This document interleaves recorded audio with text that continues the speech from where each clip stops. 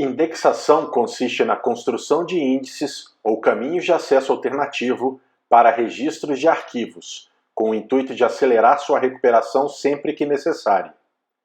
Um índice pode ser implementado como um arquivo adicional ao arquivo de dados principal que será indexado, contendo campos de indexação provenientes do arquivo indexado e um ponteiro para o bloco de disco que armazena o registro do arquivo indexado, referenciado pelos campos de indexação. Na figura, o arquivo professor à esquerda é o arquivo indexado e o arquivo à direita é o arquivo de índice. Repare que o campo departamento no arquivo de índice, em amarelo, proveio do campo de indexação departamento do arquivo indexado, também em amarelo. Observe também que os registros do arquivo indexado estão armazenados em blocos com diferentes endereços.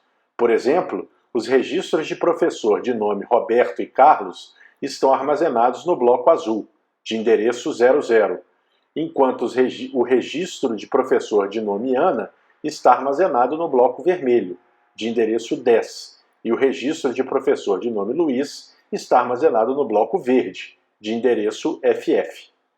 Repare que o campo ponteiro do arquivo de índice contém o endereço do bloco que armazena o registro do arquivo indexado. Por exemplo, o registro do arquivo de índice com campo departamento igual a 1 contém um ponteiro que armazena o endereço 00 do bloco em azul, onde o registro de departamento igual a 1 do arquivo indexado encontra-se armazenado.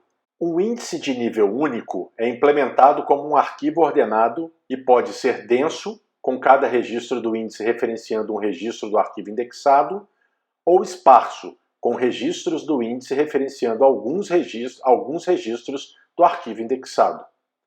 Observe na figura superior que o arquivo indexado e o arquivo de índice têm o mesmo número de registros, 3, e, portanto, trata-se de um índice denso, enquanto que na figura inferior o arquivo indexado tem mais registros que o arquivo de índice, tratando-se, portanto, de um índice esparso. Repare que em ambas as figuras, os arquivos de índice são arquivos ordenados pelo campo de indexação. O índice primário é um índice esparso com registros de tamanho fixo, onde o campo de indexação referencia a chave primária do arquivo indexado, um arquivo ordenado pela chave primária. Nesse índice, apenas o primeiro registro de cada bloco do arquivo de dados, denominado âncora do bloco, encontra-se referenciado por um registro no arquivo de índice.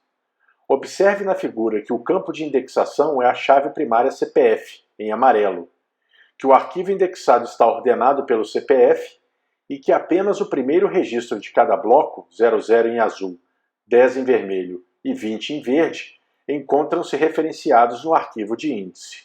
Para demonstrar as vantagens e desvantagens de se utilizar um índice primário, tomemos o seguinte exemplo.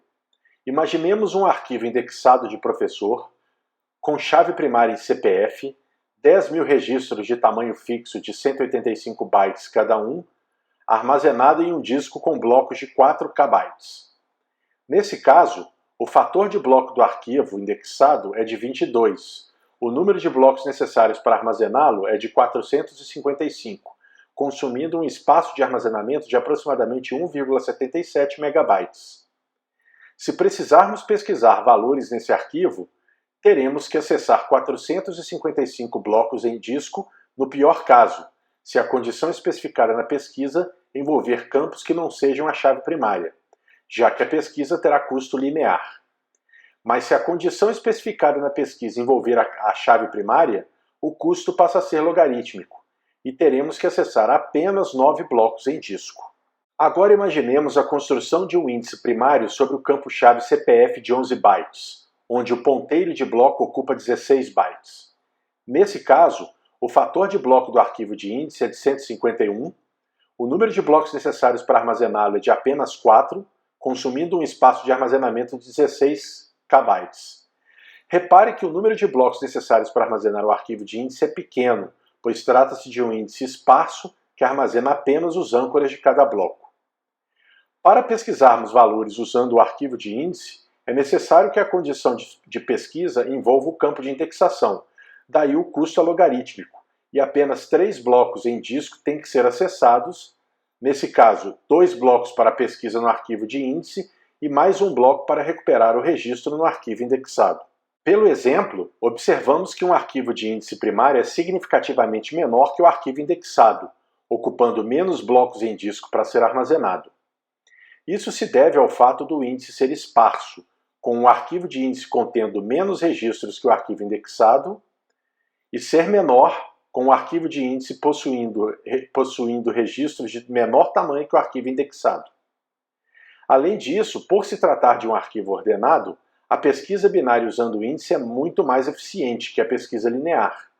No entanto, operações de atualização no arquivo indexado podem envolver reordenação no próprio arquivo indexado, já que se trata de um arquivo ordenado, assim como do arquivo de índice, que também é um arquivo ordenado.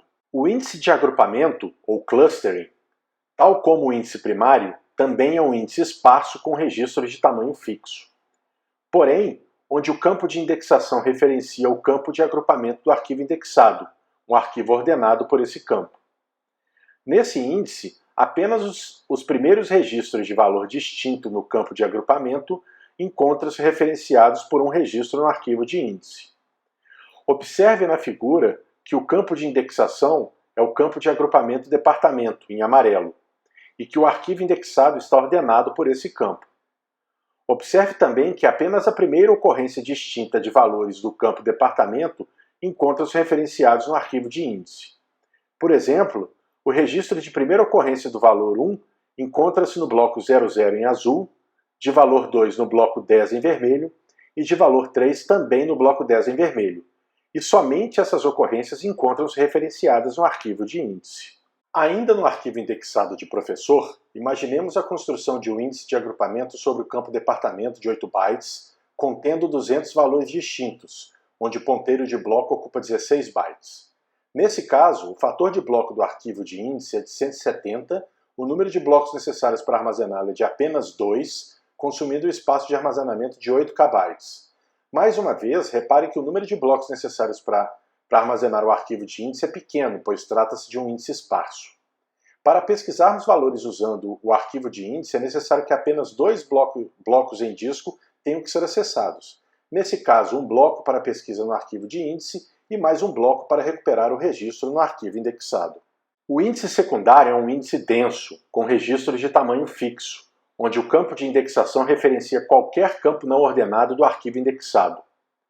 Nesse índice, todos os registros do arquivo indexado encontram-se referenciados por um registro no arquivo de índice. Observe na figura que o campo de indexação é o campo não ordenado departamento, em amarelo, e que o arquivo indexado está ordenado por esse campo. Observe também que cada um dos 5 registros do arquivo indexado encontra-se referenciado no arquivo de índice. No arquivo indexado de professor, imaginemos a construção de um índice secundário sobre o campo departamento de 8 bytes, onde o ponteiro de bloco ocupa 16 bytes. Nesse caso, o fator de bloco do arquivo de índice é de 170, o número de blocos necessários para armazená-lo é 59, consumindo um espaço de armazenamento de 236 KB.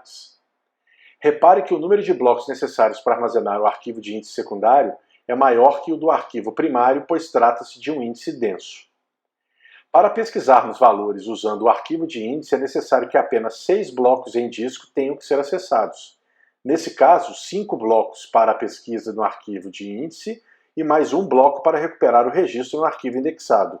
Apesar de ser um índice denso, tipicamente maior que um índice esparso, o tamanho do arquivo de índice secundário é geralmente muito menor que o do arquivo indexado. Além disso, trata-se de um índice flexível, uma vez que múltiplos índices secundários podem ser criados sobre o mesmo arquivo indexado, o que não ocorre com o índice primário de agrupamento, por demandarem ordenação no arquivo indexado. E não se pode ordenar o mesmo arquivo por 2 campos ao mesmo tempo. Como índices primário de agrupamento demandam ordenação, pesquisas pelo campo de indexação podem ser feitas com baixo custo, tanto no arquivo indexado quanto no arquivo de índice. Já no índice secundário, isso não é possível. Dessa forma, proporcionalmente, o ganho em desempenho de pesquisa usando o índice secundário é maior, saindo necessariamente de um custo linear para logarítmico. No quadro comparativo, podemos observar as principais semelhanças e diferenças entre os índices de nível único. Ressalta-se em particular a diferença entre cada um deles quanto à quantidade de registros armazenados no arquivo de índice, que tende a crescer partindo do índice primário até o secundário.